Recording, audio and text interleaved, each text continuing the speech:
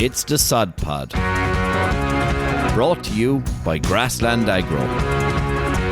The Sod Pod.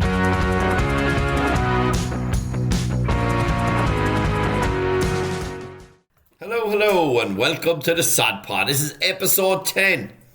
On this episode, Johnny packed up the gear and headed off to Carlow, where he met Deirdre O'Shea. She works with AON, Food and Agri beverage division. John and Deirdre had a brilliant conversation about all things farming, food industry, and a few other bits thrown in as well. Have a listen. Deirdre O'Shea, AON, thanks a million for joining us today. John, great to be here. Thanks for having me. You're keeping well? All good, yeah, all good. The sun is shining, so can't complain. It's improved an awful lot. Yeah, thank God. I think farmers will be happy to get the animals out on grass. Oh, absolutely, and crops in and everything like that. So it's brilliant to have a lot of that stuff over and done with now. But Deirdre, I suppose you've a brilliant, CV. But your current role with AON, maybe to start there. Who are AON and what do you do? Yeah, so I think a lot of people, when they think of AON, they think of two things. Manchester United, first of all, which we no longer sponsor, so I'd be in trouble with my marketing department for saying that.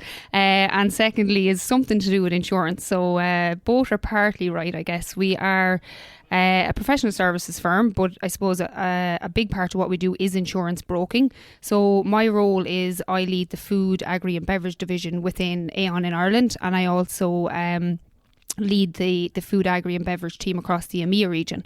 So I suppose a big part of my role is looking at what's happening within the industry that will impact on the risk profile of food and agri businesses. So if you take a typical client that we would work with, so take maybe a dairy co-op or a meat factory, really what we try to help the client with is understanding what their risks are. So think of your traditional risks, like, maybe an incident happening within your premises, so God forbid a fire or something like that, or maybe something happening to your employees. So how can we actually insure against that risk? So we then, as insurance brokers, we act as the kind of the intermediary between the client and the insurance markets to try and place that for the client. And really it's all around trying to reduce the total cost of risk for our clients. So as I said, I work solely within the Food and Agri division. So all of my clients will be food and agri companies. So look, it's a great role in that it's really diverse. So, one day you could be talking about, as you mentioned, your property risk, which is obviously a huge spend for a lot of the big money food companies. And the next day you could be talking about cyber risk, or you could be talking about people risk. So it depends. We have a whole team of people within AON who help clients with pensions and investments for their employees, helping them with attracting and retaining talent within their businesses, which is a huge risk now for food and agri companies. So it's very broad, I suppose, the type of risks that we talk and try to help our clients with. Yeah, and Deirdre, I suppose part of it now, and we went to one of your roundtable events with one of your colleagues who was talking about maybe insuring against reputational risk, especially in regards to sustainability now. It's a new one. Yeah, it's funny. I was talking to a client about this last week, and you can get insurance for reputational damage or reputational risk to your business. It's quite an expensive insurance, but it is available. But if you think, and we often talk about how risks are interconnected. So particularly as a food company or as an agri company, we tend to trade on our brand and reputation. And particularly in Ireland, we have, really good, I suppose, food brands that are very, household names across the world. Yeah. So, it's looking at, is there other things within our business that could impact on that brand or reputation? So if, God forbid, we had a cyber attack in the morning, or if we had a food recall, can that impact on our brand and reputation? So we always talk to clients about, don't just look at your risk in isolation, look at how it's connected to the other risks within your business. So yeah, brand and reputation is definitely one, and particularly, as you say, with this whole kind of, I suppose, more focus on climate and, transitioning to more climate friendly practices within your own business, let's say as a food company, or looking at outside where you source your raw materials from. So how can you start sourcing for more sustainable farms as well? That's another big, I suppose, area of attention that our clients are placing at the moment. Big time, Deirdre. I suppose a lot of the dairy processors especially are putting in place the sustainability payments so that they can validate the actions that have been taken on farm. And I suppose something that it kind of ties into as well, maybe, is part of your other maybe roles as well. In one of them being on the AgTech Ireland board, is the technology and the future that plays. And I suppose AgTech in Ireland is in a very strong space. Is it fair to say? Absolutely, yeah. I mean, I think ag tech globally has probably exploded in the last probably 5 years in particular, and Ireland is definitely at the forefront of that. So, I mean, I think ag tech can play a huge role in, our global population is growing, as we all know. So we have to feed more people, but we also have to do that by being mindful of not, I suppose, damaging the environment at the same time. So I think ag tech definitely has an integral role to play there. So Deirdre, we'll look at the AgTech Ireland. So what actually is it, for people like even myself, like I'd be looking in and say, cheapers, that's brilliant, fair play to the lads. What? Maybe fair play to them is right. You might be able to answer this, but what do you actually do? So AgTech Ireland, I suppose it's like everything. We often talk about lack of collaboration in Ireland when it comes to agriculture, and I think one of the areas where, because AgTech is growing all of the time, there was a gap there in terms of there was no representative body, in Ireland for AgTech companies. Yes. Yeah. So a couple of very knowledgeable people got together. I wasn't involved in that now, to establish and found AgTech Ireland. So really it's an advocacy body to act on behalf of AgTech companies, and it's really to have a focal point and a central point where, whether it's the media, whether it's policymakers, whether it's researchers, have somewhere to go and to coordinate on behalf of AgTech really in this country. So that's what AgTech Ireland is all about. It's about knowledge sharing, it's about networking, it's about advocating and lobbying on behalf of AgTech companies. Okay, and there's some big names in that already as well, which is brilliant to see. Is there, is Ireland maybe the Silicon Valley of AgTech probably? Is that fair to say? Yeah, absolutely. I think the US, Ireland, Israel, the Netherlands, they're probably at the forefront really when it comes to AgTech. And we're very, I suppose, proactive in terms of we organise study trips abroad on an annual basis, whereby we try to go to other countries to see what's happening, in the AgTech space as well, to make sure that we are, I suppose, on the pulse when it comes to what's out there already, and I suppose how we're looking to innovate, in this country around different AgTech solutions. But I think, look, AgTech Ireland, I've been involved for probably 12 months at this stage, but I have to say for a voluntary group of people around the board table, they're a fantastic group of people and have got through a lot of work. The chairman, Padraig Hennessy from Terra Nutritech, is just absolutely a phenomenal guy, and I think a really good ambassador for AgTech. So there's a great group of people there, and have had great events. There's one coming up, I know, in UCD shortly in collaboration with the ASA, so I think that'll be another fantastic event for AgTech companies, and it's really just to make sure that the profile is out there and that we keep raising awareness around the importance of AgTech.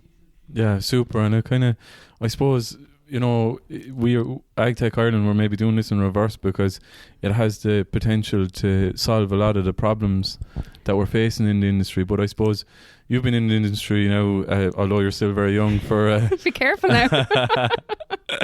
For maybe 7 or 8 years. I'll take that. And as I dig myself out of this hole now, but You've seen a lot of the changes, I suppose, in policy where it was all driven by production, and now the environment is coming more into fore. Like, from chatting to your customers, maybe, are they feeling frustration as well, or how do you see maybe the challenges we're facing in the industry? Yeah, I definitely think it has. I mean, when I started in IFA back in 2013, I suppose a lot of the policy was around production, and I suppose then as the environment became more of a hot topic, that certainly, and even if you look at the Common Agricultural Policy and how it shifted in terms of farmers are now being incentivised to, I suppose, adopt various different practices at farm level that are beneficial for the environment. So I do think it has definitely shifted, in the last probably 5 years in particular. So yeah, without doubt, I think there's been a huge change, and I think we're going to see that continue going forward. The other thing, we actually run a survey every 2 years on a global level within AON, where we survey our clients to ask them what's the top 10 risks for their business. Yes. And one of them that's coming out quite strongly is regulatory pressure. There's a lot more regulatory pressure coming on, and particularly I think in the agri space as well, to comply with various different regulations, and that again, that puts added cost on businesses then as well. You know, and then I suppose you're faced with the conundrum of can you pass that cost then down to the consumer, or how do you absorb that cost within your business? So I definitely think there's a lot more pressure coming on, both at the production level but also at the processing level as well, and it's how we try and balance that, I think, between the two, to make sure that, you know, at the end of the day, you know, we have to be profitable. I come from a farm myself, a pig farming background, so we know all about volatility, and trying to smooth out that volatility isn't the easiest thing to do. Very so challenging. Absolutely, you know, and while we do, of course, the environment has to be top of the agenda, it also has to be economically viable as well, you know, both, as I said, at production and processing level, to continue and to make sure that the chain continues to, you know, evolve as it should, and that we can continue to feed that growing population. Yeah, and pigs we haven't had a pig expert on before, so I'm not sure I call myself a pig expert. So this is fantastic, and I didn't ask you about it to prepare for this in advance, but how's it generally going in the pig industry? If you asked me 18 months ago, I would have been extremely negative, even though I'm an optimist at heart. But it was a very challenging time, and actually when I worked in IFA, I was on the pig meat side for a while, and I certainly didn't envy the task of Sarah, who was in there for the last couple of years. You know, it was very, very challenging, particularly around, I suppose, the whole the geopolitical events that were happening, I suppose, put a lot of pressure around the grain prices, and you know, the supply chains were obviously impacted as a result. And when you take a typical pig farm, you know, it's not like you're letting these animals out on grass for 300 plus days in the year. So I suppose you are very, I suppose, dependent on feed and inputs, and when the costs of them go up, I mean, it's very challenging to make a margin. About 70% of your inputs are related to your feed costs. So you know, it's a huge factor.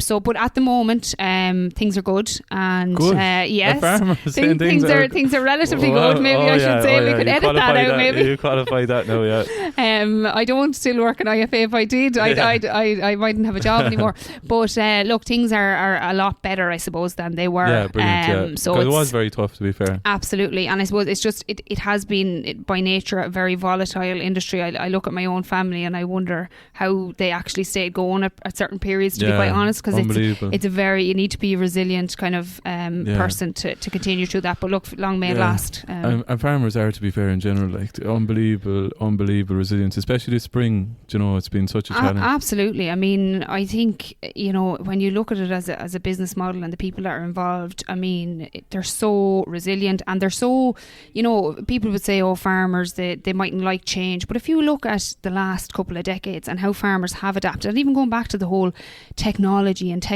on farm, I mean, look at how, you know, I think people and maybe some of my colleagues in AON, I get slagged a little bit for being the culture up in the big smoke sometimes, but I would actually love to bring some of them down to a farm and, you know, really help them to understand the farms now are very, you know, they operate at a different level, dynamic. I think very dynamic, very diverse, and the people that run them, they're businessmen and women. They're, you know 100%. What I mean? And sometimes we have a different perception, or people that are not directly involved in the industry have a different perception, and that used to maybe frustrate me a little bit in my Agri Aware days, and we were very much trying to get that message across, you know, around the people that run farms and run these businesses are really dynamic, educated people, absolutely, and really resilient. So, you know, and I think we still continue to have to get, we have to continue to get that message out there. You know, every event I go to in the industry, there's always a comment around we're not good enough at telling our own story.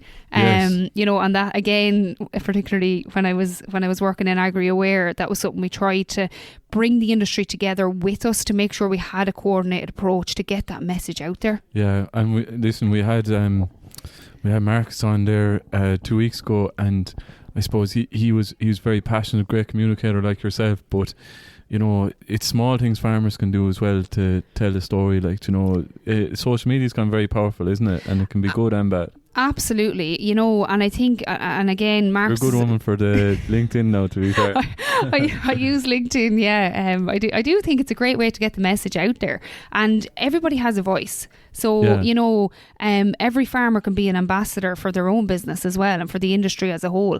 And I suppose that's really what AgriWare is trying to do, is to bring all of the different players in the industry together through the likes of the IFA, through Board BIA, through all of the meat factories, the dairy co-ops, the agri-businesses like yourselves, to coordinate that message and make sure that we can, you know, amplify the message through the vehicle that is AgriWare. Yeah, and to be fair, that's a big part why we do the sod pod and all this and bring people on, is to get that positive message. And you're very proactive on that as well, Deirdre, which is massive.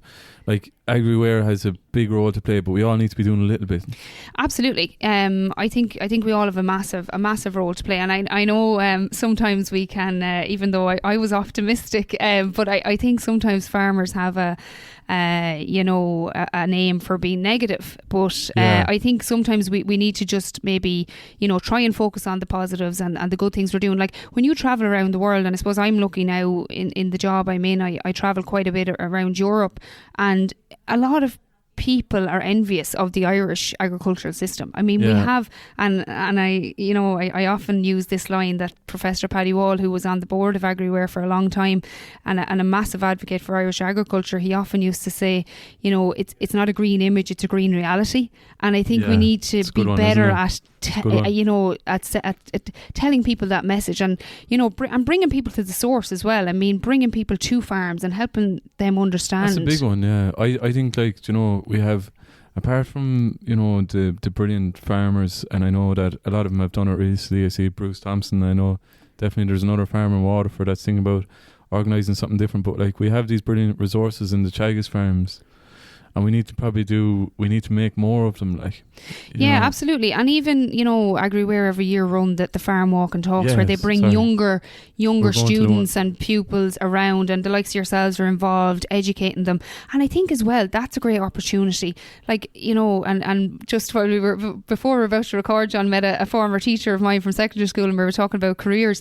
She's going to listen. Hopefully she'll listen in, Angela. Yeah. But little did she think I'd end up where I am. But I think, you know, there's a great message we can tell around the opportunities for young people to work in this industry. Yeah. Like, when maybe me or you were growing up, which isn't that long time, not that long ago, you know, we probably weren't. I certainly wasn't aware of, you know, in the broader industry, the type of roles that are out there, you know, and that's something we talk to clients a lot about as well, you know, particularly food companies, and they're talking about, okay, so consumers now are demanding different things in their food and what they want in terms of products. And do we have the skill set internally in our businesses to actually meet that future demand? So we're talking about future skills. What does the workforce of the future look like? You know, who thought, you know, 5 years ago that we need people who are skilled in AI and interpreting AI to work in our food businesses, or even sustainability or climate experts? Yeah. So the amount of opportunities available in our industry for young people is so vast and so diverse. I think I'm biased, but it is the best industry to work in. There's such, and if you do go into a role and you don't like it, there more than likely will be another role that will be suited to you within the same business potentially. Exactly. And it's something funny, because, like, you know, you think that there's no, wrongly you would assume that there's no people working in the agri sector inside the M50, like. But there's a lot of brilliant people in there, and, you know, there's a lot of opportunities if that's something that entices you as well, isn't it? Absolutely, and it's exciting. Like, we talk about ag tech, that's innovative, it's new, it's exciting. And even, like, I'm thinking of people that are even around the board of Ag Tech Ireland who don't come from a farming background at all. And, you know, they've got involved in startups and, you know, are going to be really influential, impactful for the industry by bringing around these new solutions, you know. So yeah, I definitely think, you know, the more education and awareness that we can raise around the industry, around the opportunities in the industry, is just going to be beneficial for the industry as a whole. Deirdre, this is another one off topic now as well, but we're talking about pigs and we're talking about raising awareness, and Clarkson's Farm is, I suppose, has been done huge thing for. It's funny, we just started season 3 actually last week. So What did you think? I think it's excellent. I think he's a legend as well. Maybe. His pig management skills now. There's a few questions there to be answered, but around the breeding techniques. But look, fingers crossed, everything will work out. I'm not sure if the new piglets have been born yet, but I haven't got that far. But no, I think like as a concept, and we were chatting about this at home, myself and Emmett, and we were just saying, isn't this a great programme for people who maybe are not exposed to agriculture at all? It shows the upside, but it shows the downside. It shows the challenges. It shows the farmers have to work no matter what the weather is. It shows the external challenges that they have. There's all sorts of enforcements going on with councils and different things. So, You'll be the right person. You might get AON in. You never know. You never know if Jeremy's listening in. But no, I think it's a brilliant programme just to get the message across. And I often think, and I said this recently at a Borbia event, we talk to ourselves a lot as an industry, but how can we get the message out there in a really clever way and in a way that resonates with the general public? And I think something like Clarkson's Farm is absolutely brilliant for doing that. So if we could replicate that in Ireland, maybe Grassland Agro might look at sponsoring some kind of a programme. But have you any ideas on how you actually do it? Because I agree with you, but how would we it's basically getting people to fall in love with farming. Absolutely. And one of the things that we did, and you mentioned the Teagasc farms there, and how maybe we can use working farms as a way to educate people.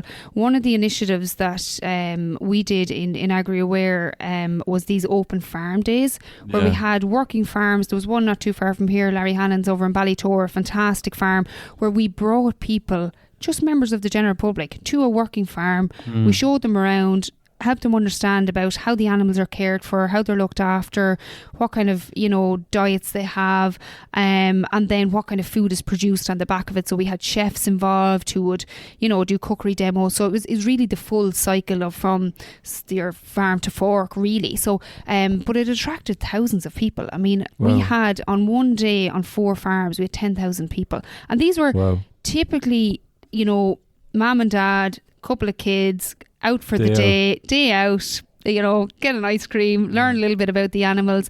But the feedback, we had I can't remember one negative comment we had from these events. So I think it's more of that, and they're big undertakings, those kind of events where you have thousands of people on your farm, and you do have to get buy-in from industry and have the infrastructure, exactly. But it's more of that type of thing. But I definitely think, and I see we used to do cinema ads and TV ads as well, and I see some of the dairy co-ops even now have started running their own ads as well, which is fantastic. I don't think anyone goes to cinema anymore. I think actually it's funny you say that. In Ireland we are the number 1 cinema goers in Europe. No way. Absolutely, yeah. Jeepers. That's maybe one for you now. Maybe you don't. Maybe you don't like the cinema, but no, we are big cinema goers here. And I suppose the thing about a cinema ad is you can use parts of it on social media, so you can pull out various bits of it. But I think it's more of that, and definitely continuing to do the work in the schools. Some of that might not be, as visible to the general public, but if you can actually change the behaviours of children in schools, that's a huge part. And making sure that as part of the education system, that the syllabus has a strong, I suppose, element of food and agriculture within it. That's hugely impactful as well. Yeah, there can be tiny things, giving a beep to the kids out in the playground on the tractor when you're drawing silage. Small things like every farmer can. Totally, yeah. Or even I know FaceTime a farmer was a big thing for a while. I'm not sure if that's still going, but where we can bring the farm to the classroom without the classroom having to go to the farm. So you mentioned social media earlier, or technology. There's lots of ways we can be clever about using technology, and it's just about, I suppose, getting a network of farmers who are willing to actually, spend an hour maybe every couple of months to show children, the farm through their mobile phone. Absolutely, Deirdre.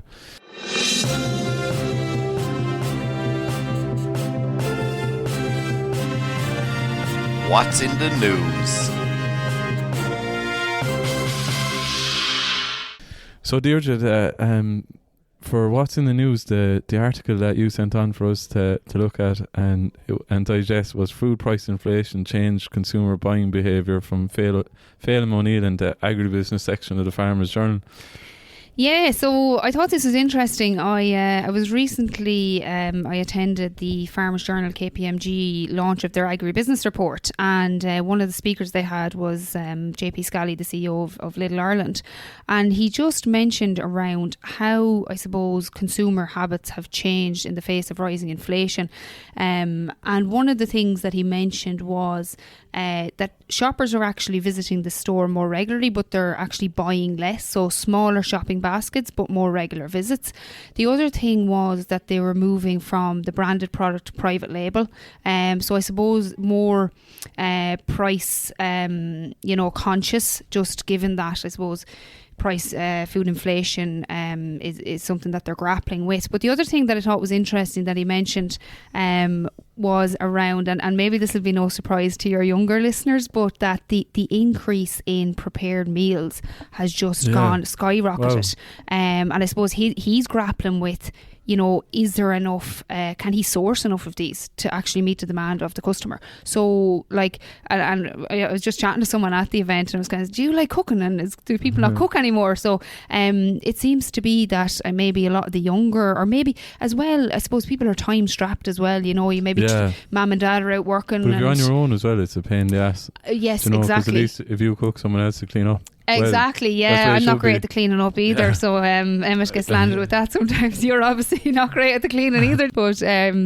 so I just thought that was interesting in terms of maybe less people are cooking now, or maybe like just less time to cook as well. I think during COVID there was a massive push on, people were at home more and they were inclined to maybe cook more, but now maybe since people are back in the offices a little bit more and on the road again, you get out of a routine. And I think unless you're really prepared, maybe at the weekend to do a batch cook or something like that. So just interesting that the prepared meals are something that the retailers are seeing a huge uplift there in them. We have some great Irish companies that are doing those prepared meals as well. Yeah, actually, going back again to my Agri-Aware days, Michael Hoey there in Country Crest, Ballymaguire Foods, they do an awful lot of prepared meals and to a really amazing standard as well.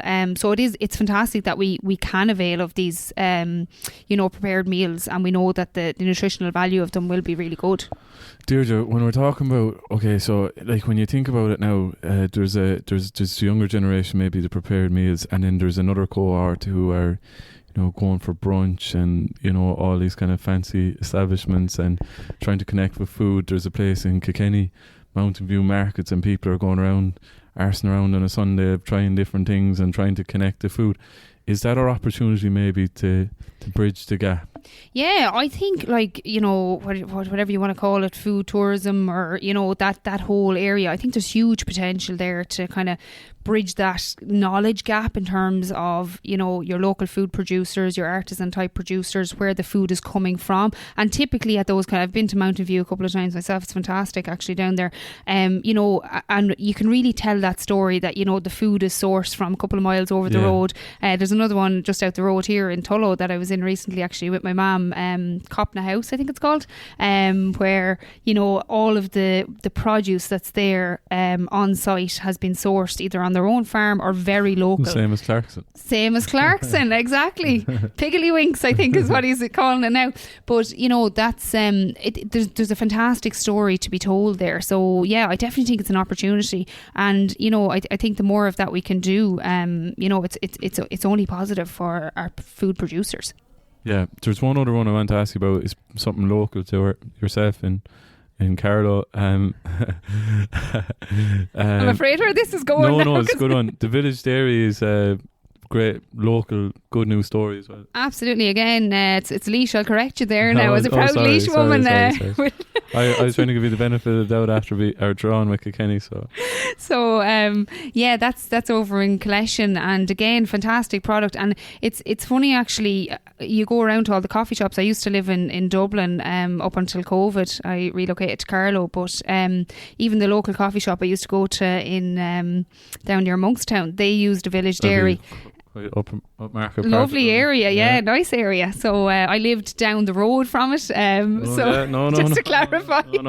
But I mean, as a business, they've really taken off, and they've done a great message around selling the local story as well. It's definitely a fantastic success story. So fair play to them. Yeah, it's brilliant. And it's getting people maybe using people's interest in food, maybe the finished product from a retailer, and reverse engineering it back out to the farm is what we need to do, really. Yeah, absolutely. Yeah, and I think, the Village Dairy, they tell a great story of, sourcing the milk very locally in the parish almost, if you like, and then selling it, throughout the country. So, yeah, I definitely think we can use our finished product and the food product to go back right to the roots and to tell that story, because, like, it's amazing, like, the amount of, I was going to say young people, but it's not even just young people now, who really haven't a clue where their food is coming from. So I think it is scary. It's frightening, and they say we're kind of a generation now removed from the farm. There's less people, on the farms. So I think we, as an industry, I think we all have a role to play. And we mentioned earlier about all using our voices, but I think collectively, if we can come together to try and amplify that message, that's really powerful as well. Super.